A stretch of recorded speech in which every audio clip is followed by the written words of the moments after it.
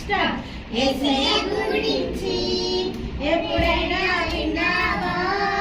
ఆ తండ్రి ప్రేమను నీవు తెలుసుకున్నావా? యేసయ్య గురించి ఎప్పుడైనా విన్నావా? ఆ తండ్రి ప్రేమను నీవు తెలుసుకున్నావా? పాపులమైన మన కొరకు రక్తం కాచి ప్రాణం పెట్టి తిరిగి లేచి చేతులు చాపి పిలుచుచున్నాడు. పాపులమైన మన కొరకు రక్తం కాచి ప్రాణం పెట్టి తిరిగి లేచి చేతులు చాపి పిలుచుచున్నాడు.